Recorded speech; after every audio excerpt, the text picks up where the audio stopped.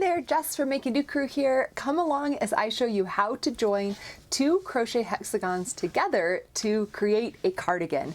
And at the end, I'll also show you how to extend the bottom of the cardigan should you want a little bit more length. In this tutorial, we're making my Campfire Cardigan pattern, but you can use these same concepts to make a crochet hexagon cardigan with any stitch that you like. At this point, I'm assuming that you have 2 finished hexagons and that you've extended the sides to make front and back extensions if you want. And as many times as I warned you to be cautious of which side you did it on, I actually screwed up the right side and wrong side of mine. So you may notice that there's a discrepancy between the right and wrong side of the final rows. And I'm carrying along anyhow because I've already woven in the ends and I don't believe in perfect projects anyway. So to fold our hexagons to make them into that cardigan shape, we want the right side to be facing in for this. So my labels are going to go on the right side. And I like to begin with side 1.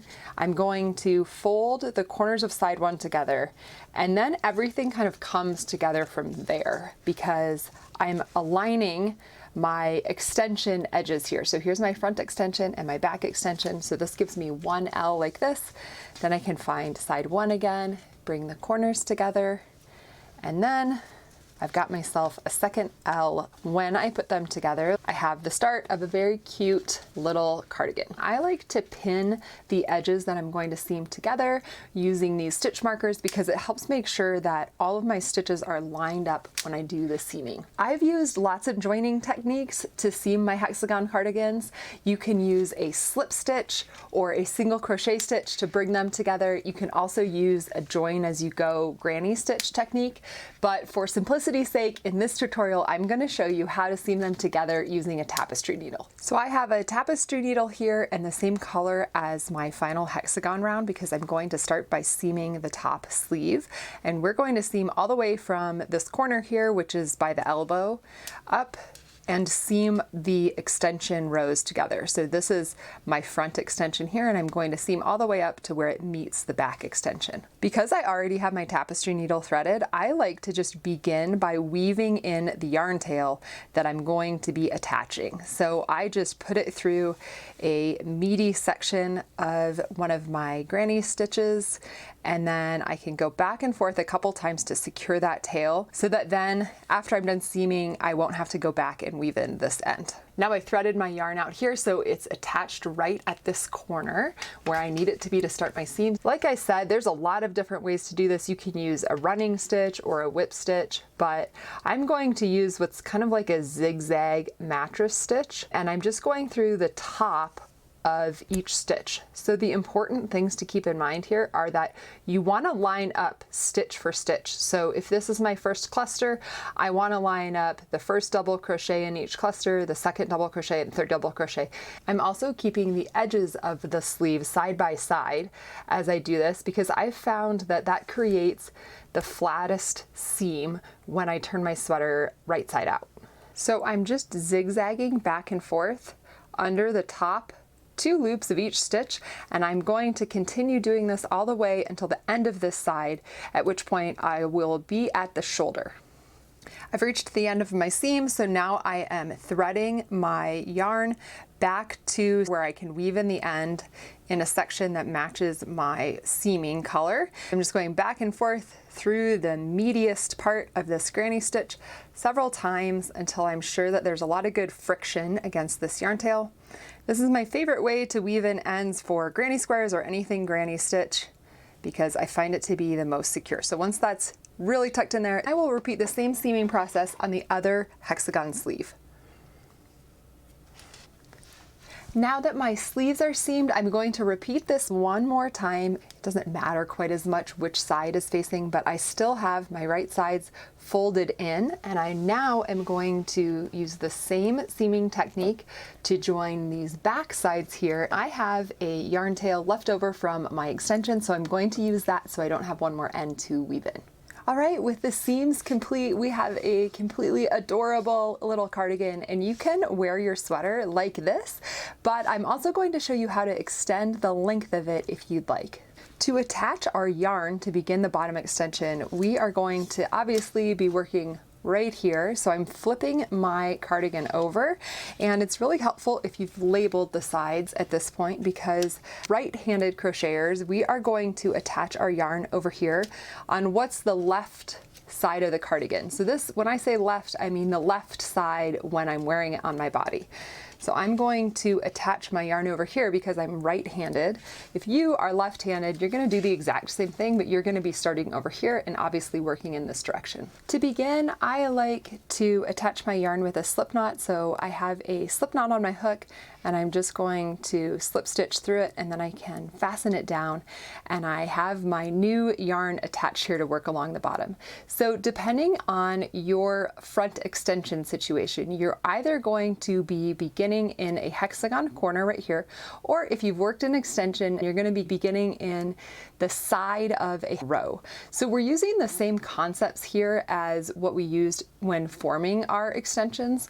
And as you begin this first row here, if you've got a space right here, you're going to do 3 chains. That's going to count as your first double crochet, and then we're going to work 2 more stitches right here.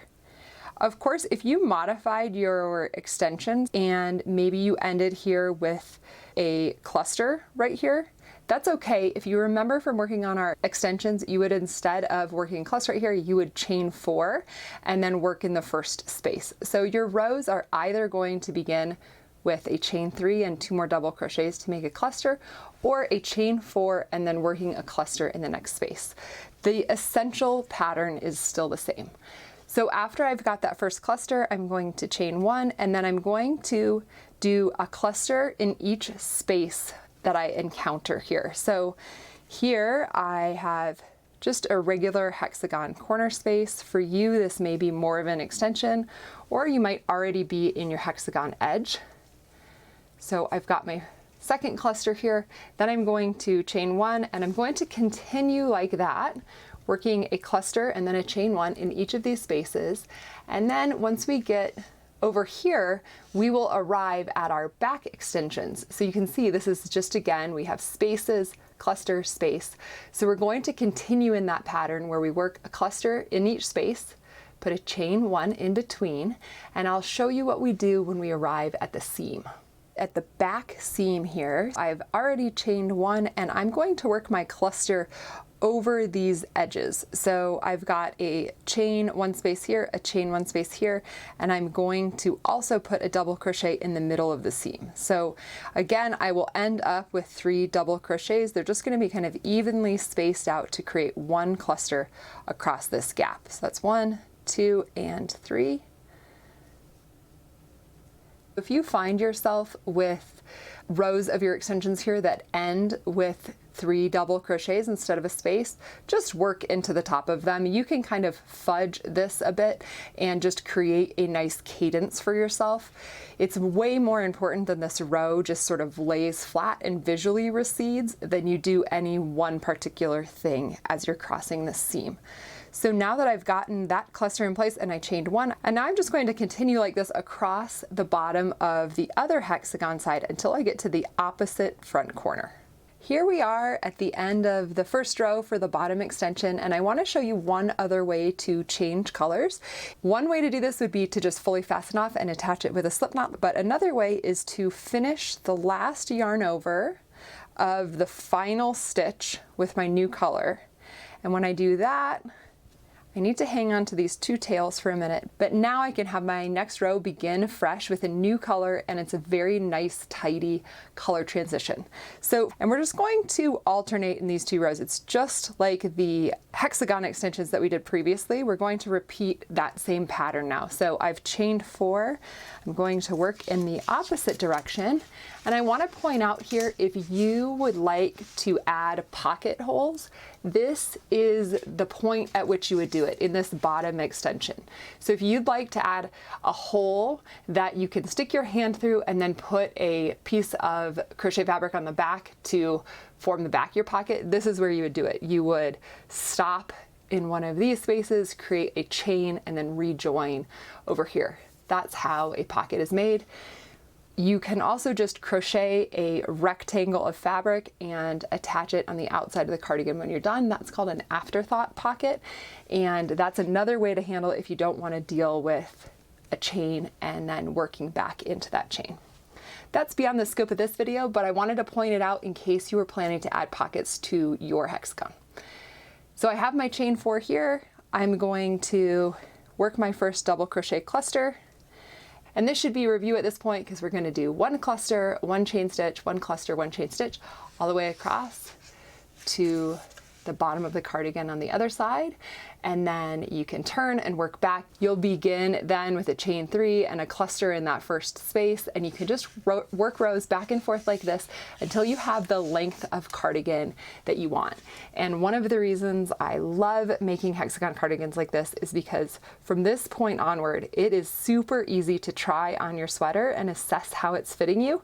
And whenever you're happy with the length, you can stop working these bottom extension rows.